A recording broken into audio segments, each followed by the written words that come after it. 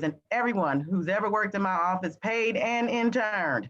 Um, Thank you all. And then to the electeds in the district, like Linda Jackson, who's joining me this morning on the phone call. Linda Jackson is a Redford Township trustee.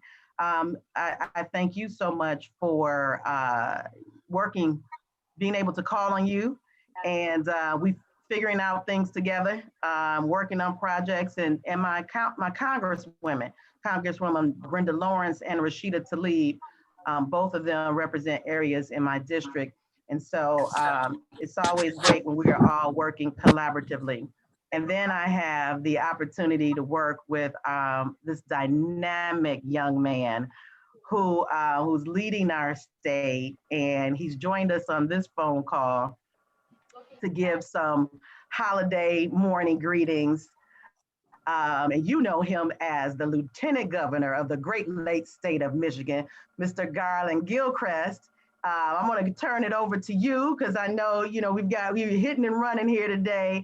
And ladies and gentlemen, our Lieutenant Governor, Garlin Gilchrist, if you please. Thank you.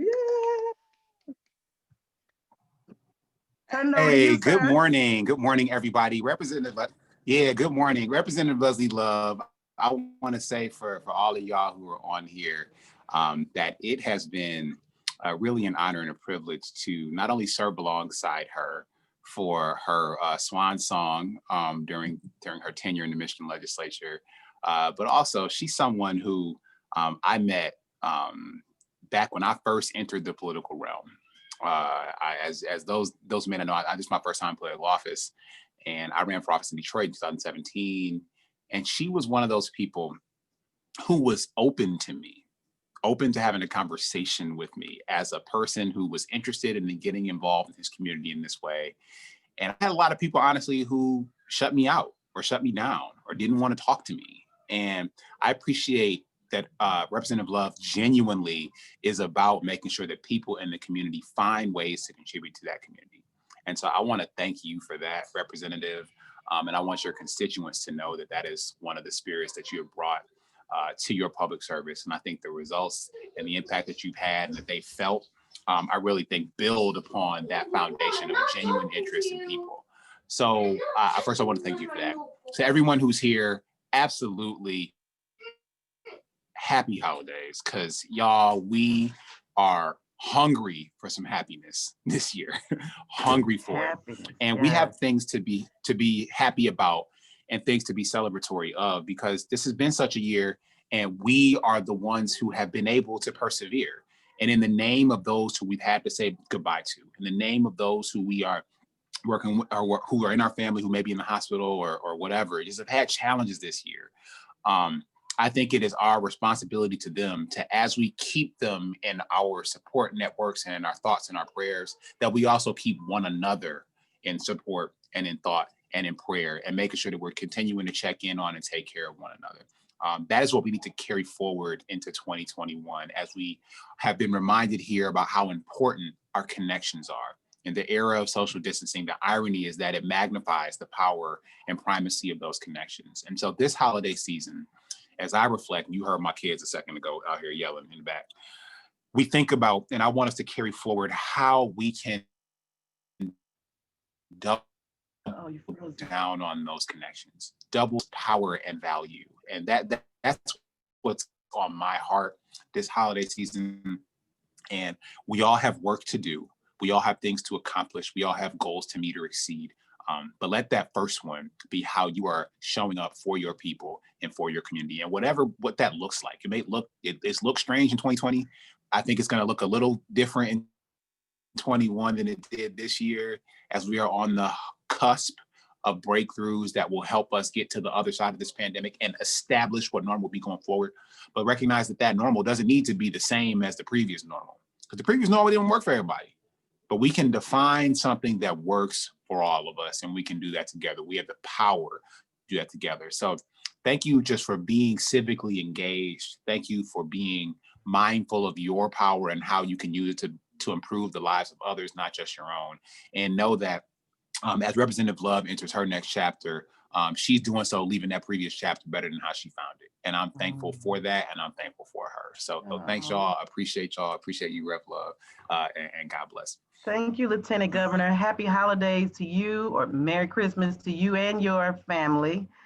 And you have been a great leader in the legislature too. And I don't know if all the time people know the work that the Lieutenant Governor does, but definitely your leadership on equity and inclusion and the African American community. I tremendously appreciate your leadership there, your vision and your insight, and your strong voice and presence. As a husband, as a man, as a Detroiter, it just warms my heart. Whenever you speak, when we see you up somewhere and I go, that's my Lieutenant Governor. When I get text messages from my friends from Georgia or California, it's like, do you know him? I say, yes, I do. I have his number on speed dial. And it, it's just a testament to just how dope you are. Okay. Thank you. So thank you. Appreciate you. I appreciate that. Well, y'all take care. Okay. I got to go preside over the Electoral College today, y'all. So, yes. We praying for you, brother. No doubt. We appreciate it. Okay. Everybody take care. All Be right. safe. Happy holidays. All right. Take care. Bye-bye. That's really great. I'm reminded to tell everyone, if you have a question or you have a comment, you can write your question or comment in the chat. If you want to speak, you can also raise your hand on the button. Raise your hand, and Kevin will unmute you so we can get into that. And so there might be some other elected officials that'll pop on. I see Sharice Butler from the Detroit Public School Community District on the call.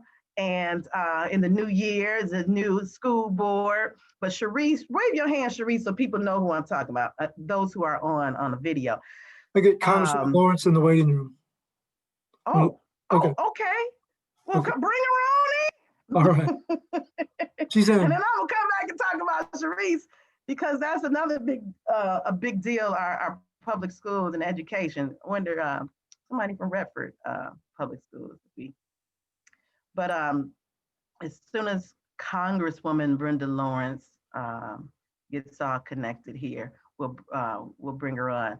So, I've invited some folks to come on and give comments or whatever. And I know Congresswoman Lawrence has a community update I think she's doing of her own, something like what's going to happen here on this call.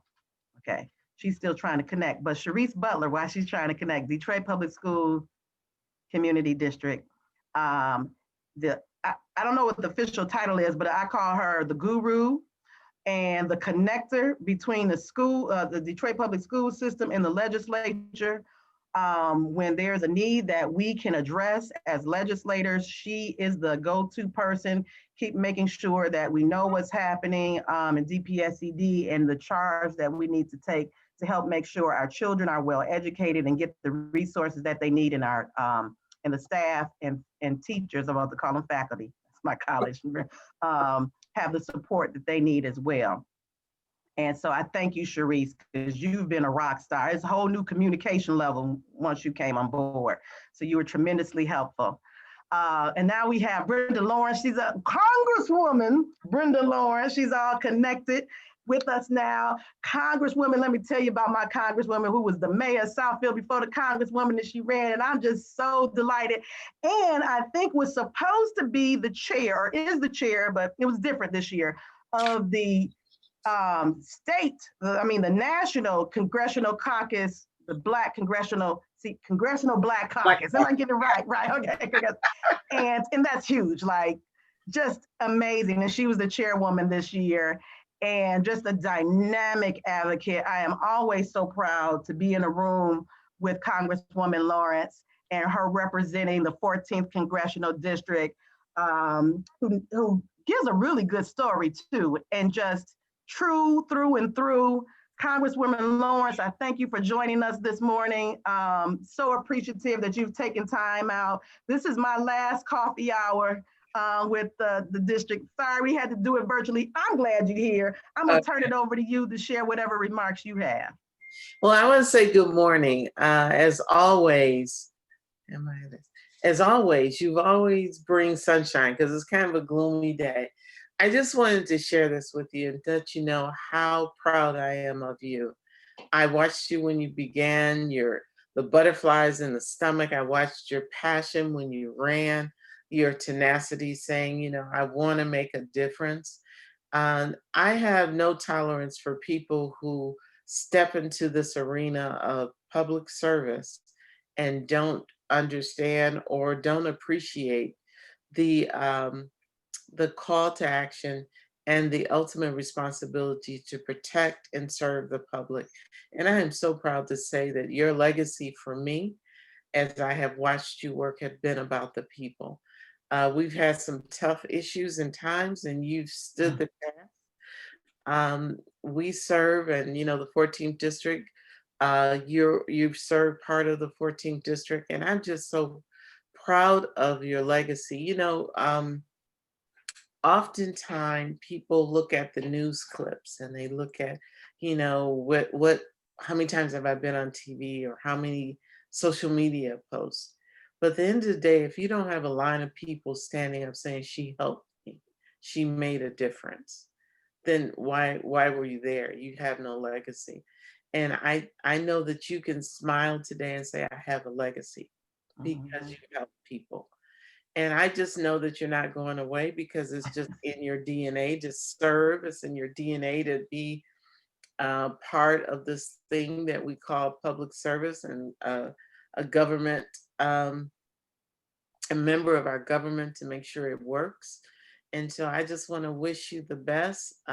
Lord knows we still have a lot to do. And I want to stay close, and you can advise me and let me know what's going on. And the thing I just want to appreciate, as we in politics are so busy, and there are so many people who just have personal angst, I don't like her, or she didn't do this, or she didn't pronounce my name right, or she this or she that. You never wasted your time with that. If it wasn't right, you just say it wasn't right and let's keep it moving. If it was right, you said thank you. That's a strong, strong leader. And I just want to say thank you. God bless you. I have my coffee with me, and I just want to do a coffee toast to an amazing woman. May God continue to bless you and lead you and do great things. And I'm looking forward to seeing what comes next. God bless you. God bless you. Cheer, blink. You ain't take a sip. You gotta look him in the eyes and take a sip. That's good luck, right? Yes. Okay.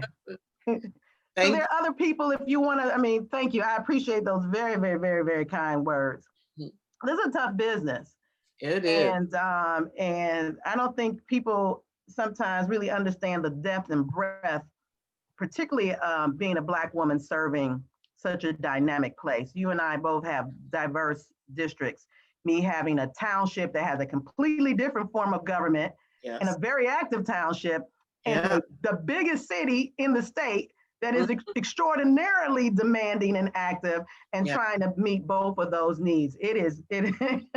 It's no small order. It's no small order.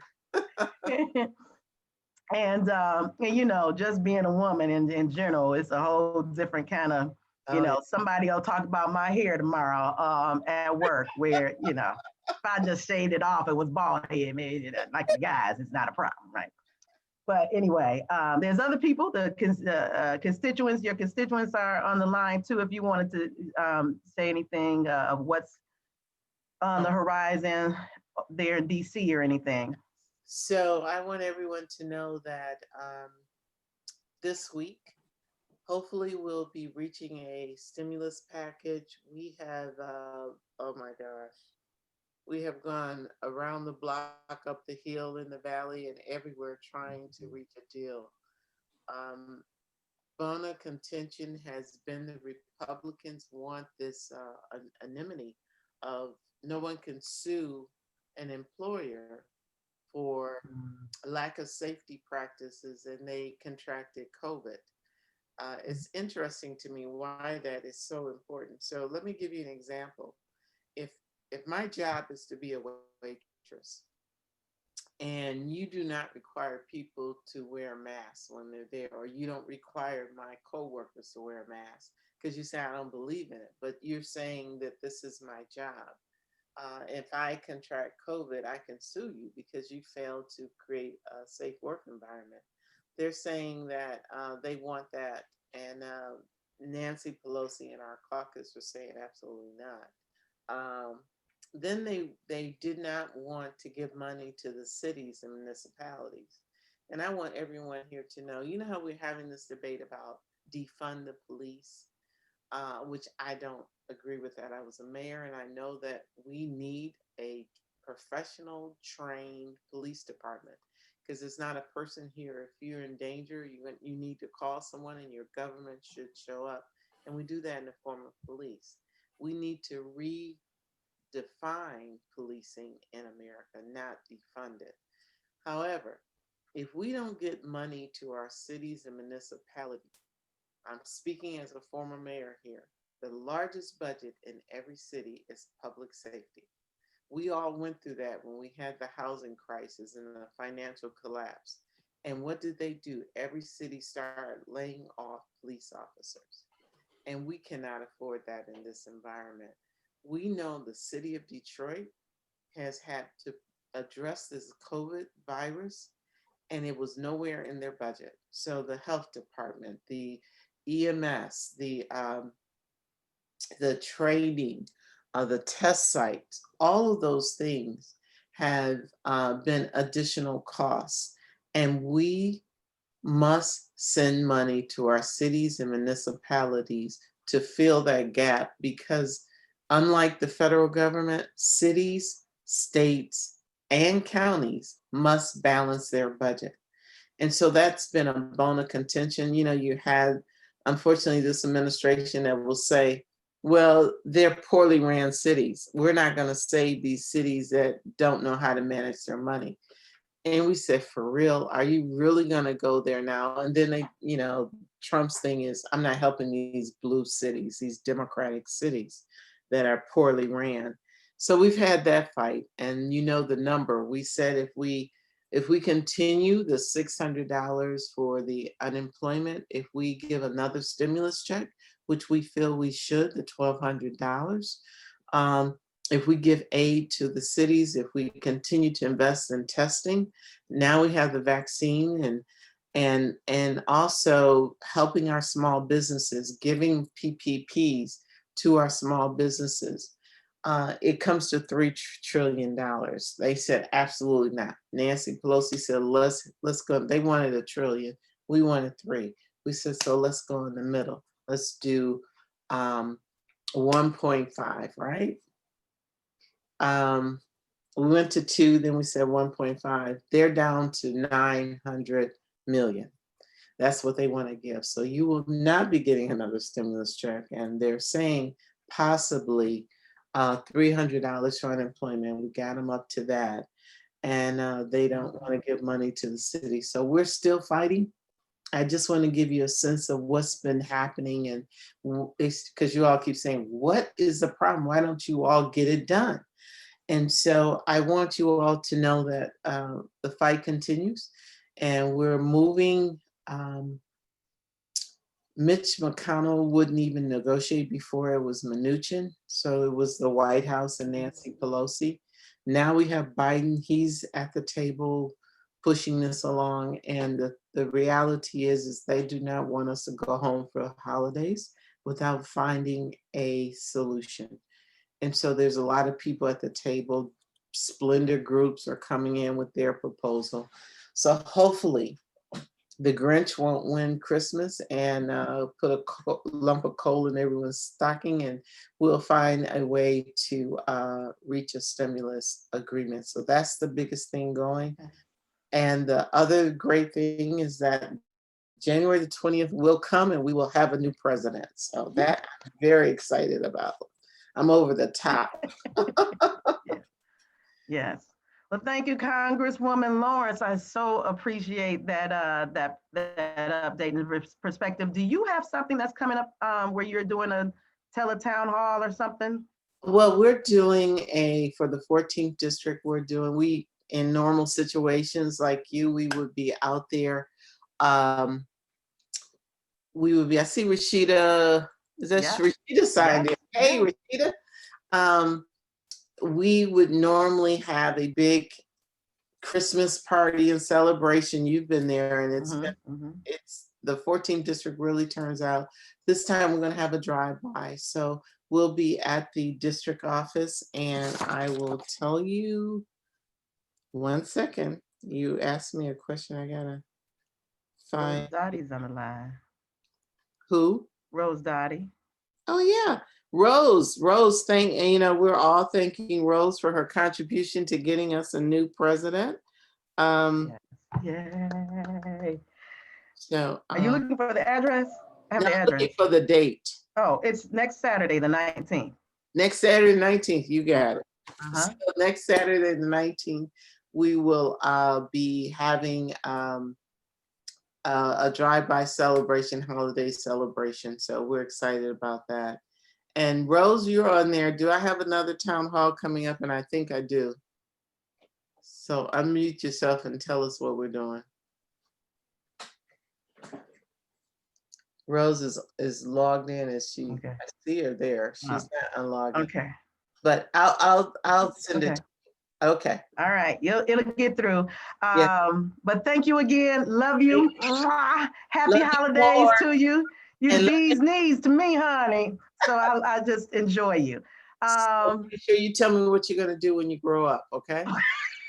Well, that's the big question. Number one, go get a job. That's what Mama said.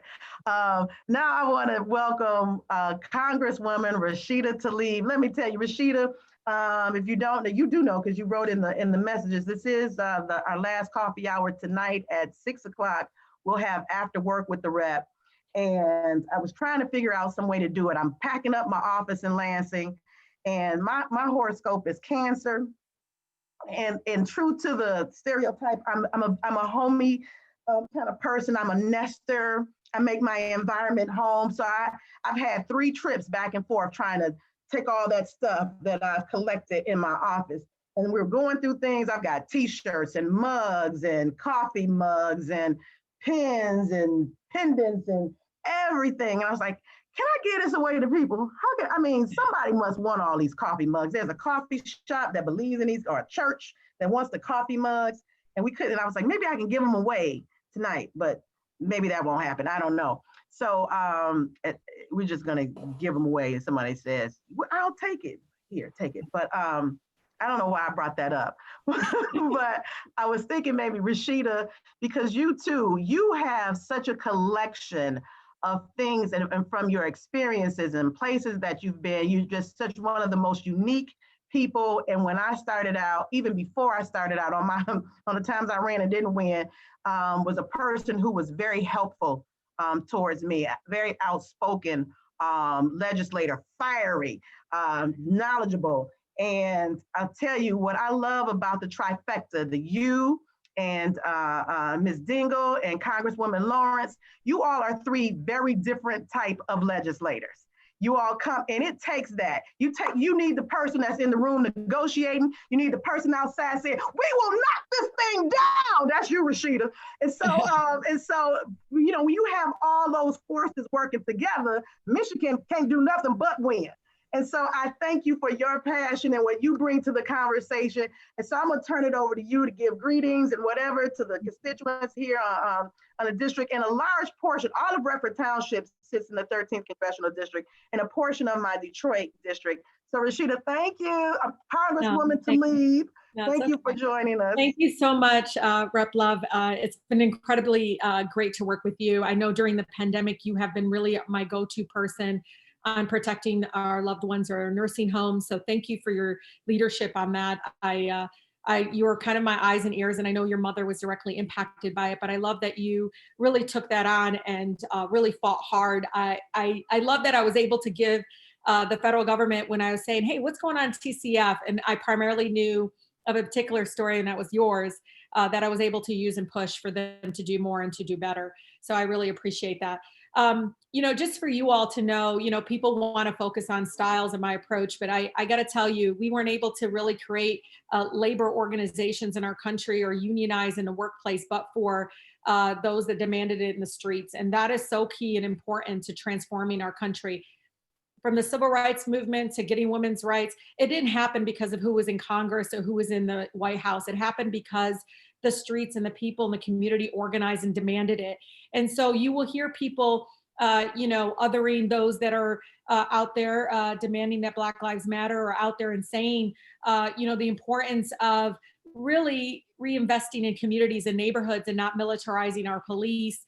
All of them are coming from some well-intended hearts and souls of people that have gone to schools. If you ever talk to some of these young people, they said, I went to a school where I had a substitute teacher for the whole year, or I went to a school that didn't have any athletic programs, or I had to pass by blighted property and homes and so much more. And as we all know, in the 13th district, we have so many schools right now that don't have drinking fountains, had to be closed down, plastic over them because they're lead infested. So I think it's really important that we make sure not to ever dismiss that kind of activism that, to me, gave people like Dr. King and others really credibility when they had to walk into that room and say, there's a sense of urgency, we need to move quickly.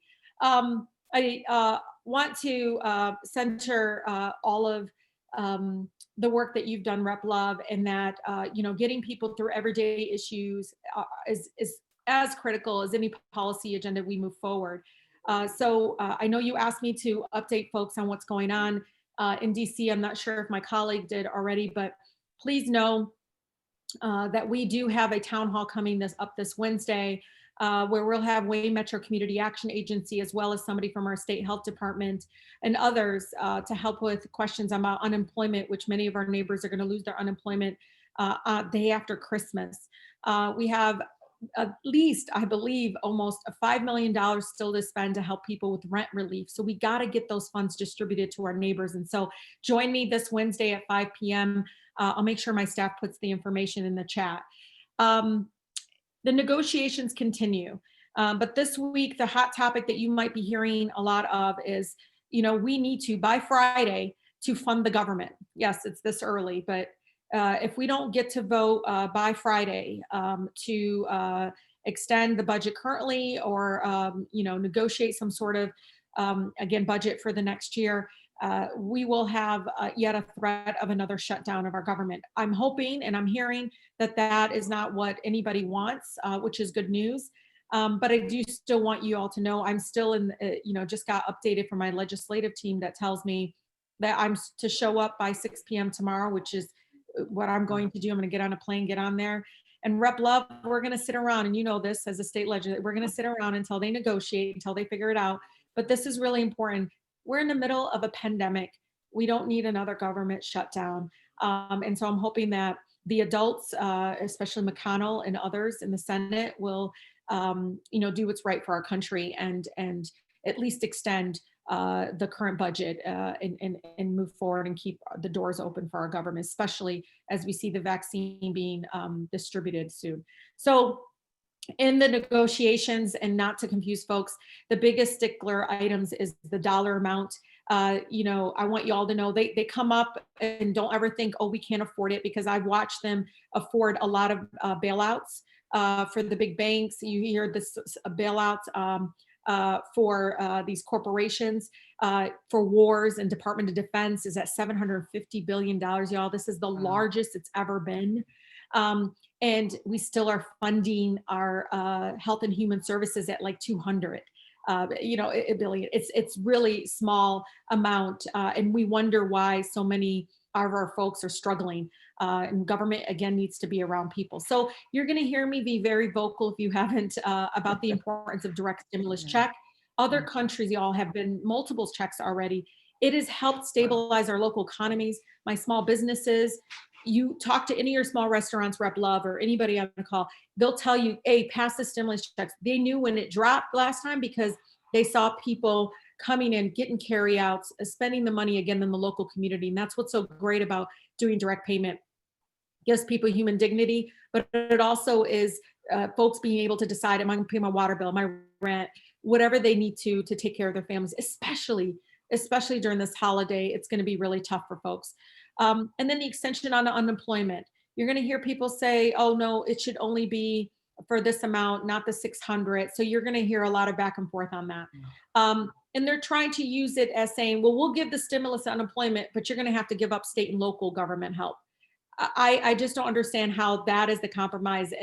But again, we just passed in the CARES Act 1.2 trillion. Like, even though we did the 1.2 trillion, that from the stimulus and everything, if you noticed in July, that's what kept our local economies kind of up and going. Now you're hearing the same cry from our small businesses saying, we got to do something. So just know that this is going to continue to be a debate.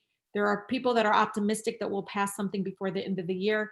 I'm halfway there. I don't know. I just know I get my hopes up high, and then McConnell crushes it. The Senate leader just crushes it and she doesn't seem to want to do anything to help people. What he does seem to champion, and this is true story, is he wants corporate liability. He wants corporations to have immunity of getting sued by attorney generals and others for folks not meeting the CDC guidelines. Pretty much they want an exemption to the CDC guidelines that many of our small businesses are following. So that's something a lot of us, many of us, labor, others are very concerned about. Just know that these, again, are conversations that are happening among some of the leadership. I'm part of the Congressional Progressive Caucus, which, we're very strongly saying we have to have a people's bailout. We have to be centered around people in the next package. What we did in the HEROES Act in the House is what we want to see coming out of the Senate. And we're going to continue pushing until our last breath to make sure that happens. But other than that, please know, if you know anyone, and we're a small circle, you're the ambassadors, and especially Rep. Love's district, there are folks that don't know about the programs at Wayne Metro Community Action Agency. They don't know that there's funding right now to help with back pay, bills that are due, because you all know, even though Rep. Love very much championing the moratorium, for a lot of these really important, vulnerable issues of quality of life, those moratoriums are going to be ending. And what is sad is that, yes, it wants to end as this vaccine is successful, hopefully, God willing, when that moratorium ends, that vaccine is not going to fix the savings accounts, y'all. It's not going to fix the fact that these bills are still going to be due. And it's not just the bill for that month. It'll be the bill from 8 months ago when the moratorium kicked in. So I just really urge us all to understand the urgency of making sure we have a people's bailout. But with that, thank you so much, Rep. Love. And I'll answer any questions that folks might have. Thank you, Congresswoman Tlaib. You're just so dynamic. I do want to know, though, if worst case scenario, there is no compromise, because you can make a compromise and then we're like, that wasn't a good compromise. But let's just say worst case scenario, there is no compromise and you have to stop, furlough or whatever, stop government, shut down government. But we know January 21, we get this new president. So it could reboot really quickly? What happens in that scenario? Because then we get a whole new administration. So can we do better in a new deal in the new year? Yeah, that's a great question, Rep. Love. And I'll tell you, it matters what happens in Georgia. And that's the honest truth. Because the biggest barrier, honestly, hasn't been just the House Republicans and Trump. Trump administration and Mnuchin, they're coming in the middle ground. They're saying, let's do 600 instead of 1,200 stimulus and everything. But then here comes McConnell. Says, I'm not talking to y'all unless you do corporate liability. I don't want to see nothing. I don't care. These people, I actually heard them say, folks don't need unemployment. I mean, these are the same people that my first month after I got sworn into Congress, I heard them whispering to each other, I don't get it. Why are the federal employees in the food bank line when they did the federal shutdown? And I looked at them and I said, the majority of Americans live check by check, y'all. Like, they live check by check. So of course the food lines are, you see it during the pandemic. And so there's obviously very much a disconnection in McConnell's leadership in the Senate, which is really dangerous because yes, we can have a Biden-Harris administration. We can have Speaker Pelosi leading the House. But if we have a Senate that is not going to be open to at least a compromise. And when I say compromise, I really, it's an honorable word. I mean, y'all know the HEROES Act was a compromise to me. Like I wanted more for local and state, but I voted for it because I said, at least we get one stimulus instead of the 4 I wanted, or whatever the approach is. But that's real negotiations. What we get from McConnell, and Rep Lawrence can tell you more, but I mean, you get bullying approach. You get folks that are saying, I'm not going to talk to you unless we do this first. And that approach just doesn't work. And it becomes, there becomes a breakdown, which we saw twice, a breakdown, including from President, forever impeached President Trump, who, tweeted out, I don't care, I don't want another stimulus check. I mean, completely ended negotiations with one tweet. So it's unstable, Rep Love. And until we can create some leverage in the Senate, which we can if we pick up those 2 Georgia seats, I think then you might see that beautiful door of possibility of better, and beautiful door of possibility of real negotiations that is not bullying the American people. Great. Thank you. Thank you. I think Kevin, is the other guest ready to come on? I'm not sure. Adam, I don't know if the secretary's ready.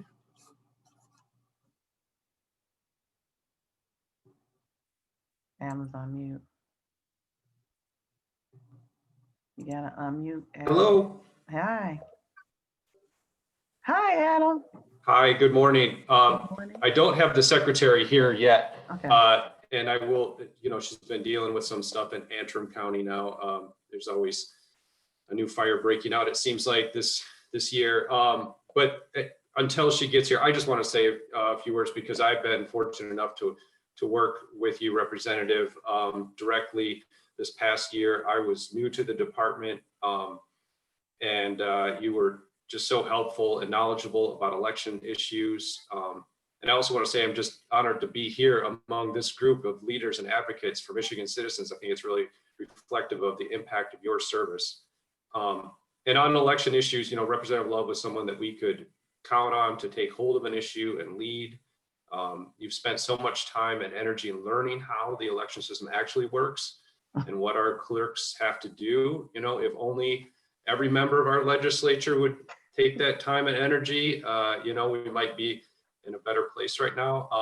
And it really shows your concern for making sure your constituents' voices are heard, and that your local election workers have what they need to be able to make our elections successful, which I think they were in this last federal election, despite what you may be hearing from some people. But so anyway, I just really appreciate your work on behalf of not only your constituents, but your local election workers and just the citizens of Michigan. So thank you again. And I personally will miss working with you very much.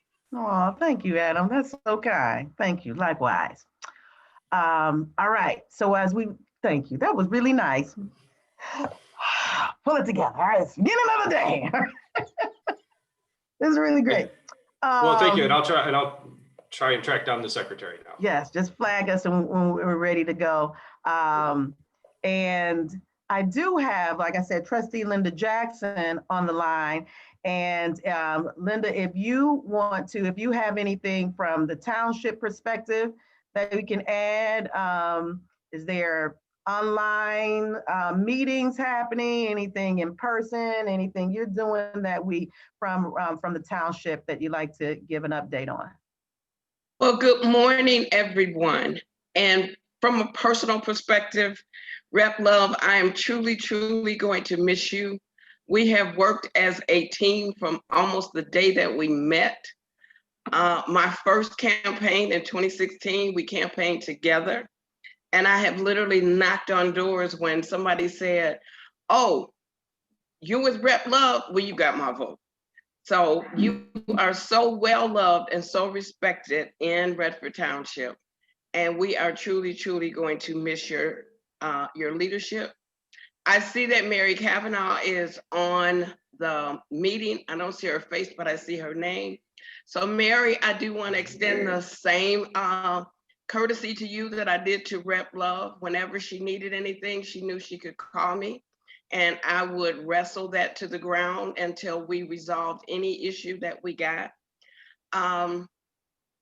Redford Township, we will be meeting via Zoom for the foreseeable future. It is just not safe, and we have a very small boardroom. So all of our meetings are available on via Zoom, which makes it much easier for people to participate. Big news in our township is that our fire station, we're gonna have a new fire station on the north end, which we have needed for many, many years. The one that we have is 40 years old. So that we should be breaking ground for that sometime early next year. I saw it. It's gorgeous. It's gorgeous. We're a little upset that it couldn't face Beach Daily, but because it's landlocked on the north side of Beach Daily, it had to be on the Pickford side. But we're excited and we can't wait to see the finished product. Looking forward to that. Just looking forward to a new year with mostly new board. We did have some of us were reelected, but I'm going to say new board because we turned over a leaf, a new page, and we're starting fresh. So looking forward to the next 4 years. Yay. All right.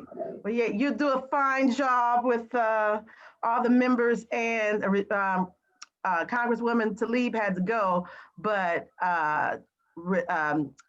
Trustee Jackson, Congresswoman Tlaib, and I worked on this, one of the trailer home parks in Redford.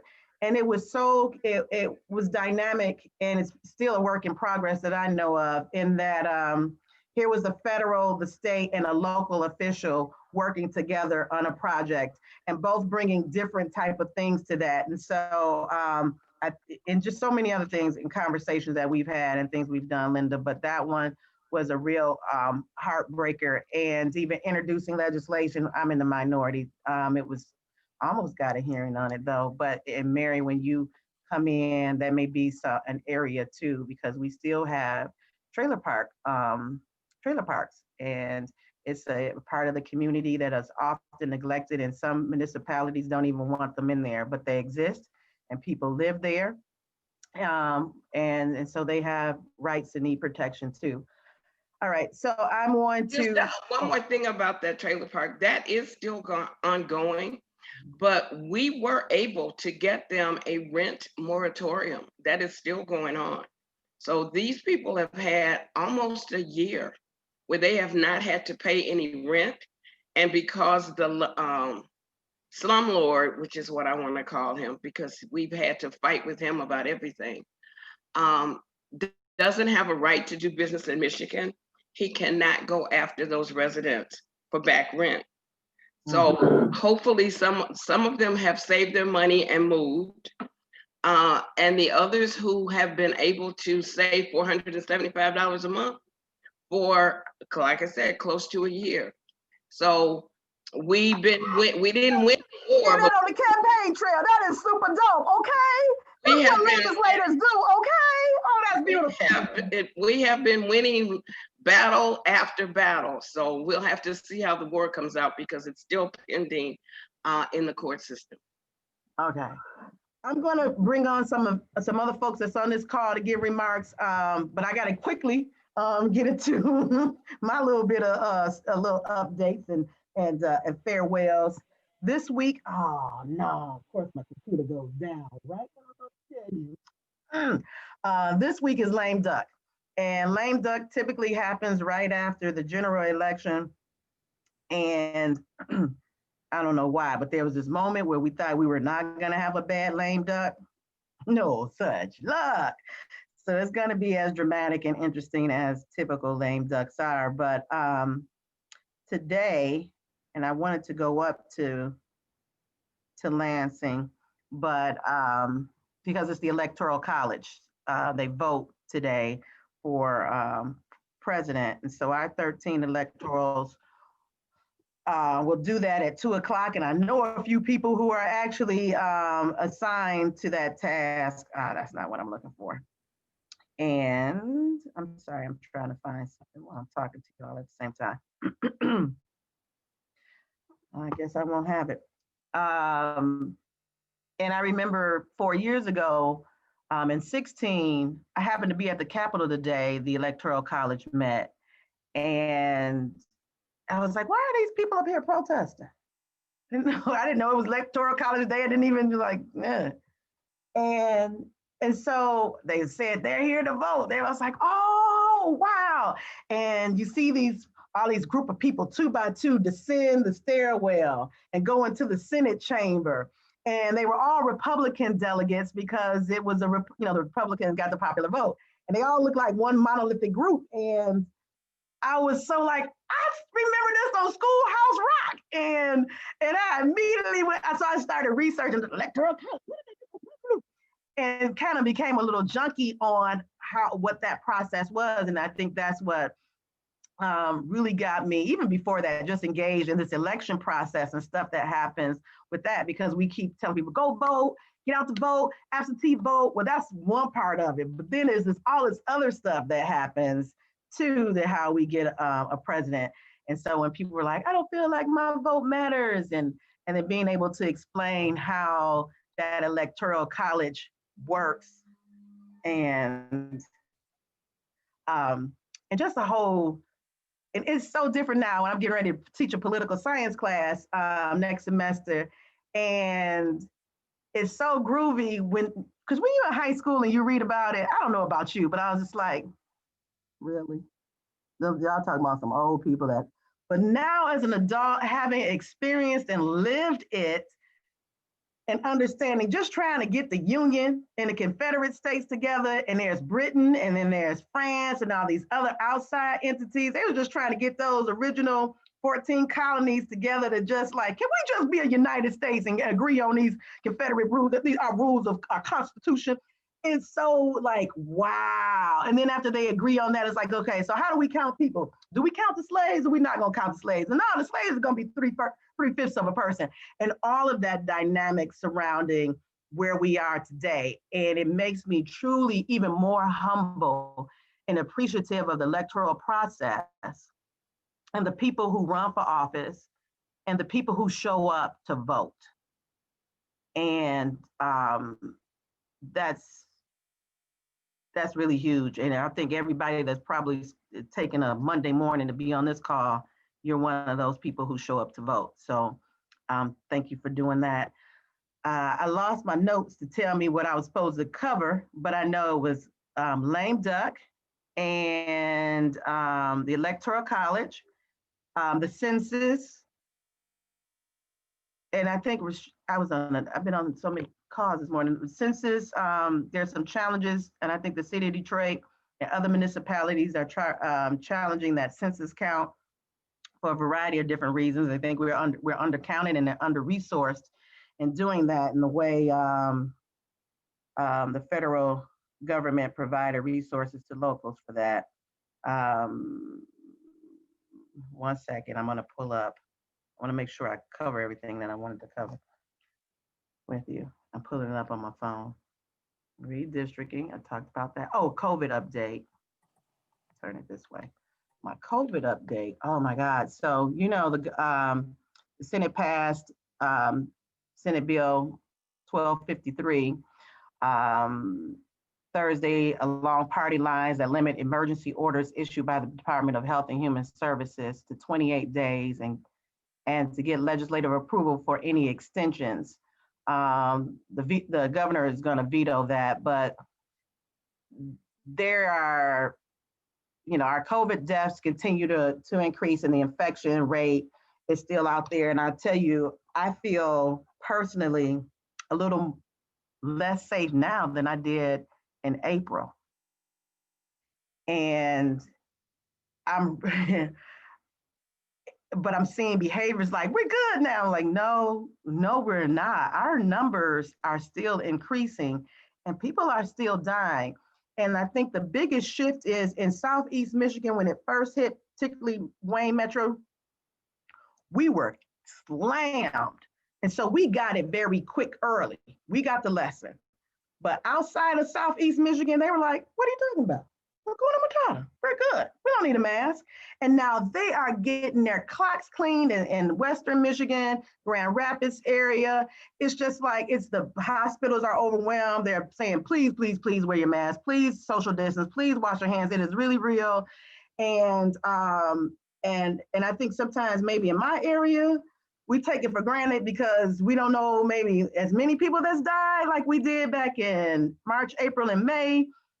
But the infection rate is real and the death rate still continues to climb. So we still have to be vigilant.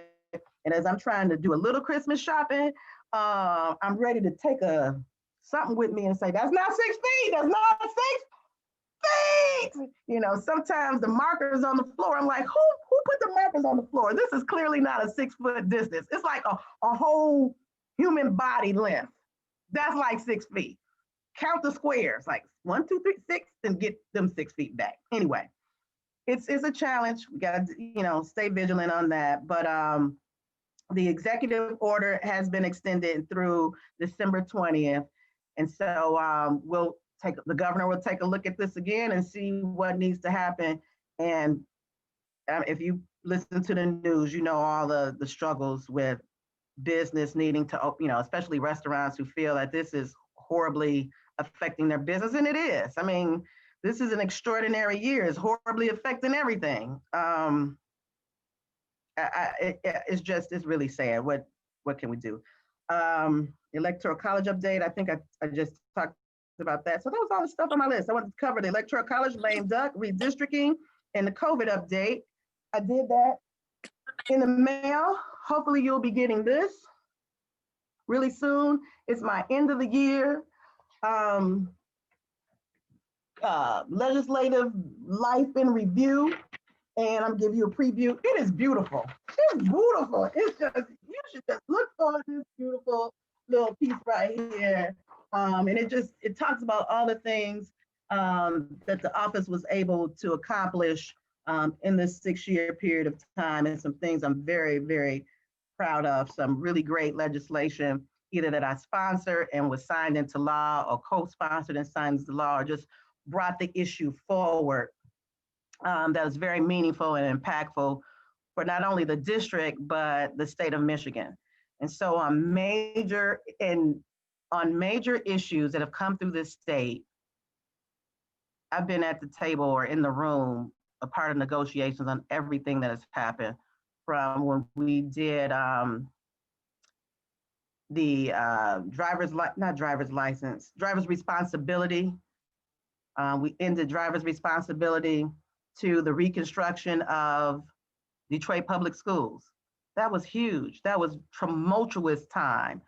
The ending of the city of Detroit's bankruptcy, and auto insurance no-fault reform, and including and everything. Remember Dr. Nasser over at Michigan State University and what he did to those young ladies and the athletes there, did legislation on that, to banking, the credit unions, and to COVID relief, the mitigation of COVID in our nursing home facilities.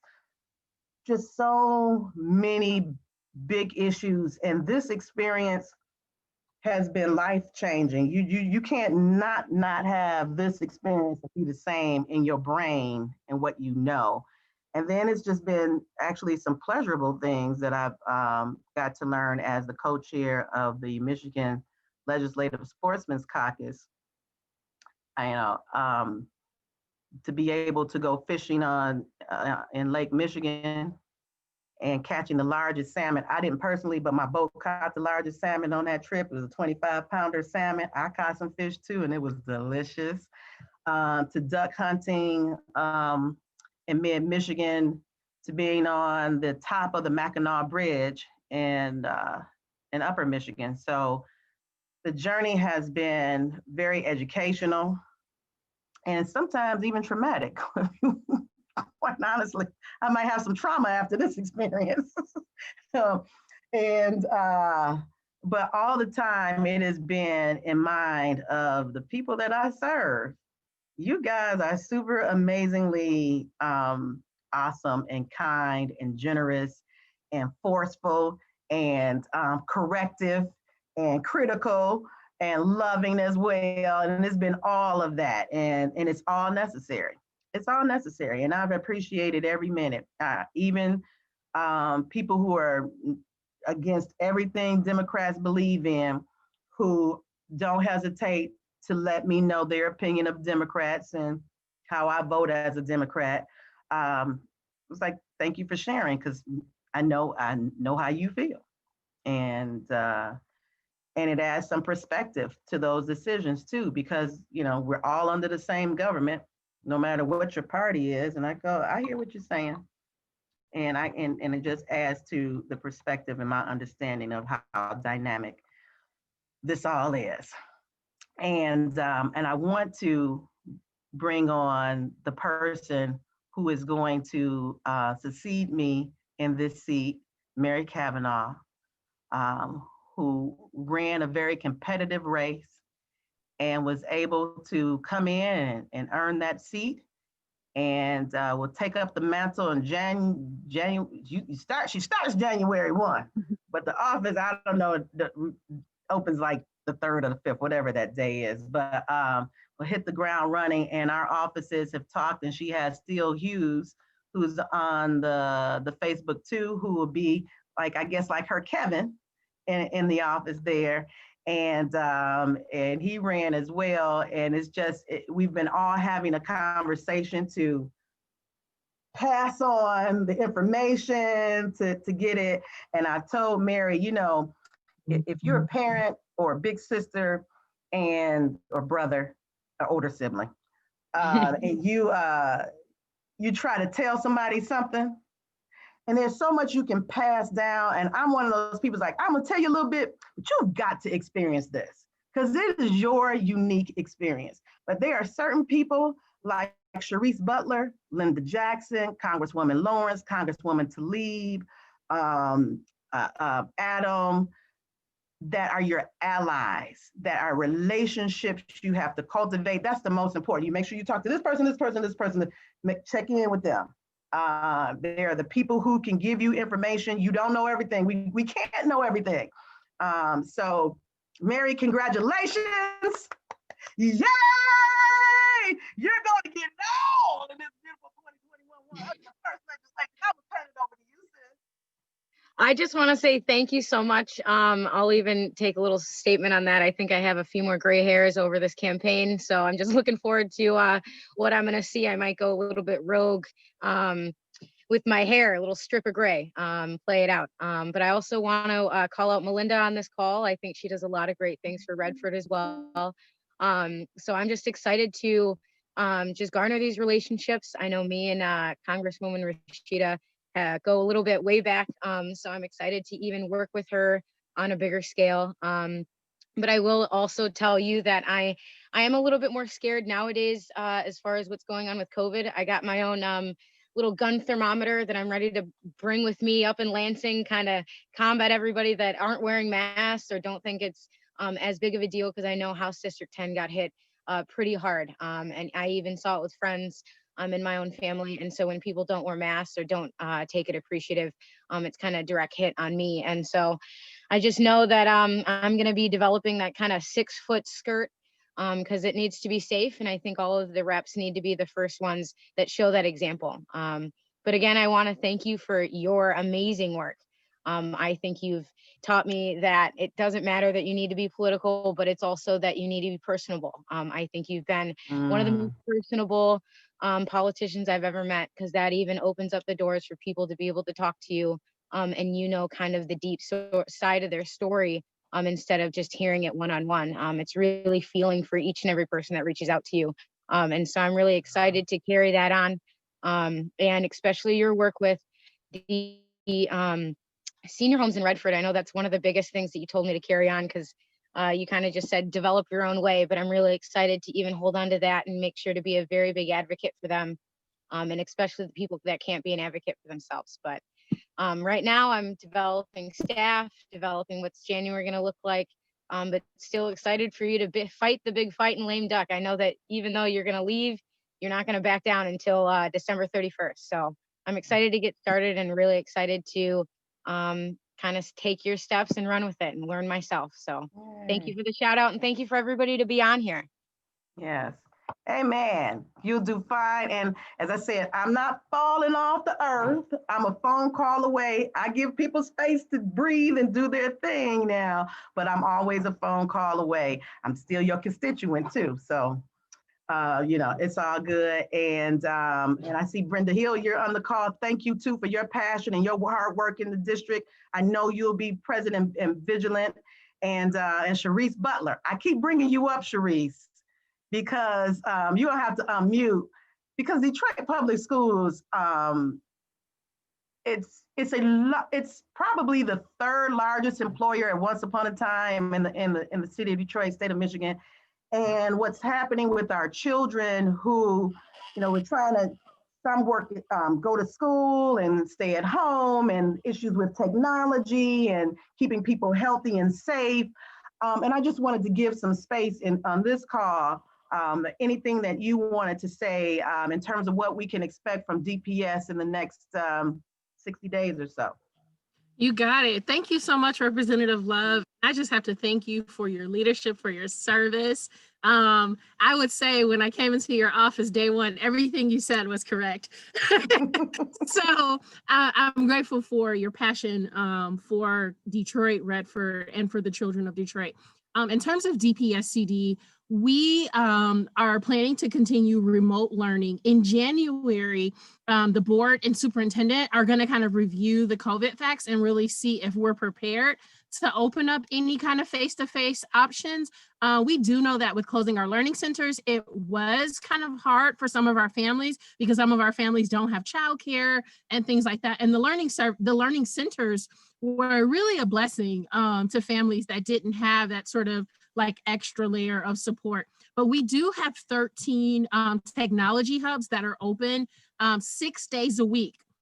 So on the east side, west side, southwest, and northwest parts of the city, there are 13 different schools that are open. Families can get access to utilities. So a lot of the information that Congresswoman Tlaib was talking about, the Wayne Metro resources, students and families can get on-site computer repairs.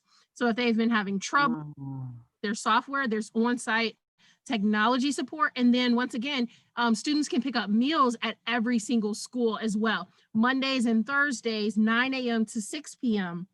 A lot of our families are not picking up meals like they were earlier in the year. And so I'm not sure if the community is not aware, but families can get breakfast and lunch, and they get enough for a couple of days so that they don't have to come back every day.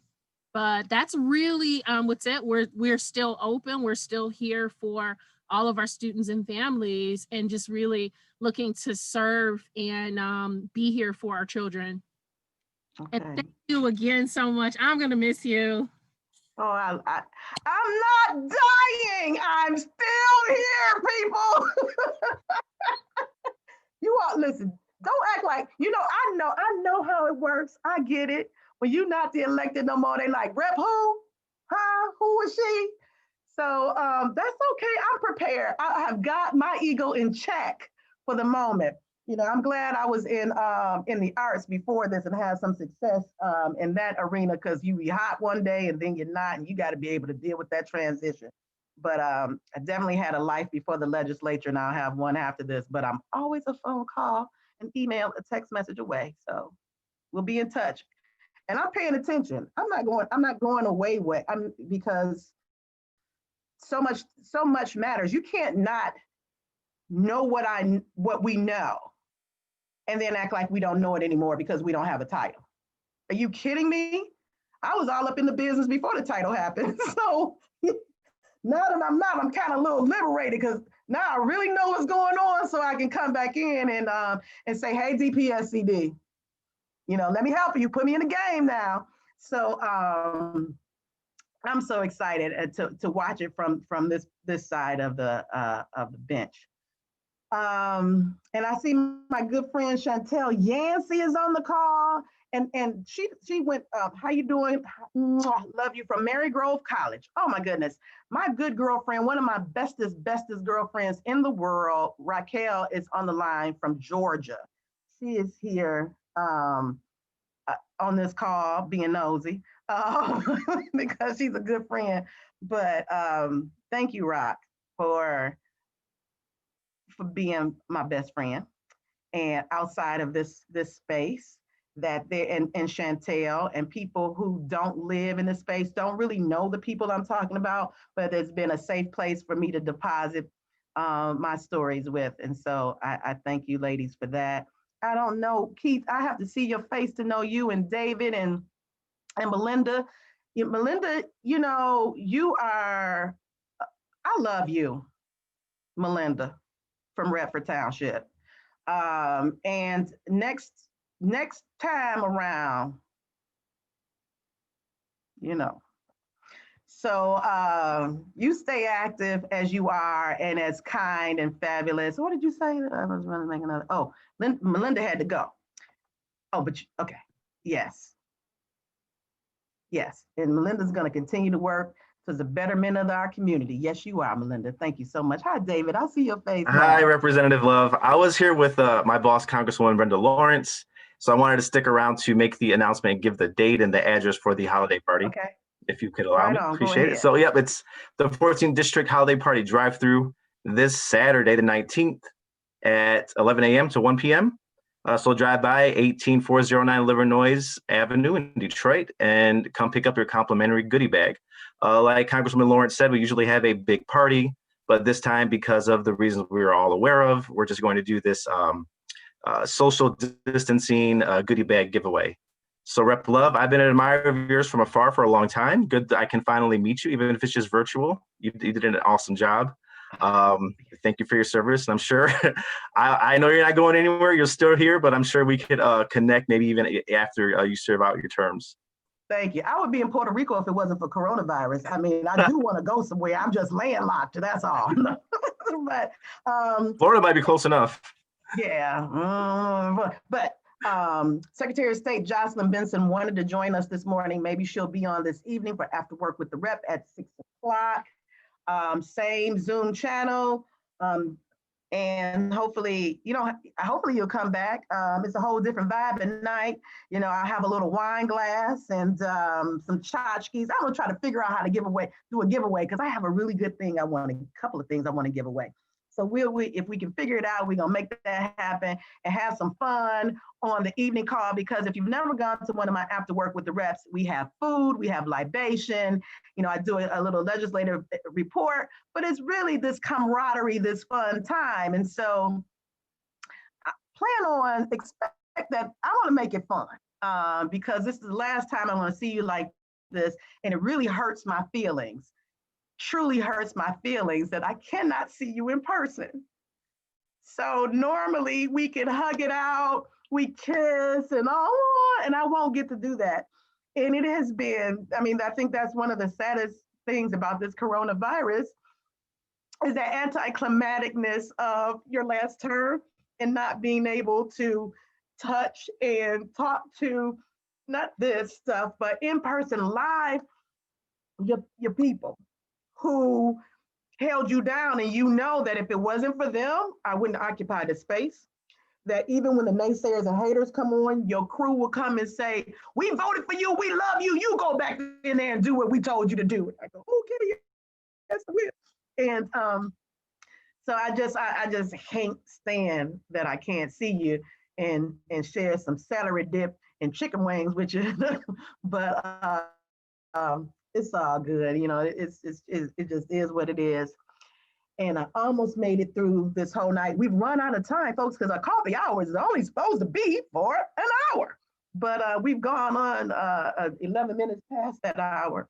And thank you, but before I end, I'm gonna open up all the lines. Any questions, comments, concerns, or announcements? Anybody getting married, having a baby, getting a divorce, fell in love, I don't know, taking a trip? Now is your time. I'm opening it up to you.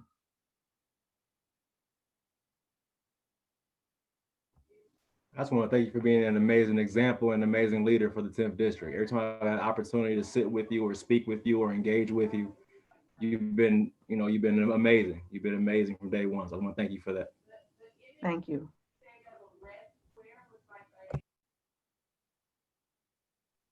And I'll just say one last time that it really sucks not being able to see everyone in person and even give you a big hug, knowing that you did 6 years really representing us and really bringing some stuff to the table. So I just want to say, even if it's virtual, tonight I'll bring my glass of wine and make sure that we do a big toast to you because you deserve it. So Please, thank you. Bring the wine. And I just want to say thank you as well. I appreciate everything you've done, all the hard work. And when you said always in the community and always on the job, you have truly lived up to that slogan. So thank you, thank you, thank you. Whew. 6 years is just not long enough.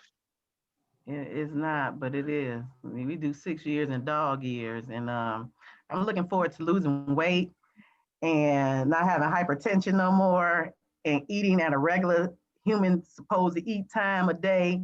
Because in the legislature, sometimes I have to eat at my desk on the floor, and I do not like to eat in person because by the time I'm eating, I'm really hungry, and I'm like, so it's not cute. It's not. And we got to go back to the gun range. Right. All right. So good people, thank you again for coming out. Today is Electoral College Day. And I wanted to go up to Lansing. They asked us actually not to be there because there's some expectation. Now, I wouldn't be surprised if there are protesters and a whole Trump caravan up there on Capitol in Ottawa, just being the most difficult. And so I ask that we keep our delegates, our electorates in your prayers, or burn a candle or incense, whatever, however you declare peace and protection over those folks who have to do that task. And I know I sent my little love text messages, but man, this is never in the history of my life did I ever, was people even paying attention to the Electoral College. Now less knew what it was or cared about it. This year is different. And I think it's foreshadowing of what next year is going to be. It's going to be so different, what our future looks like, how we interact with that, and our expectations, because now we're more knowledgeable than we were before. And once you learn it, you can't unlearn it. You cannot be unexposed to that exposure. And so hopefully when you know better, you do better, and we engage better. So Chantel, you wanted to say something? I hear the little Yanceys in the background. Sorry. Yes, I just wanted to tell you that you're awesome. And I've been following everything. I'm not a part of the district, but I follow you and all of your work. And I just wanted to wish you well and tell you that I love you. That's it. I love you right back. All right. I think everybody who wants to speak has had the opportunity. Going once, going twice, 3 times. All right. Bless you all. Have a safe and happy holiday season. Stay masked up, 6 feet away. Wash those hands and love on yourself a little bit more. Oh, Adam, you back? No, you just okay. All right. Just wanted to say goodbye and thank you. Thank you. I'm going to give you all a virtual hug as I hang up the phone. Bye. Thank you. Take care. Bye. Bye-bye.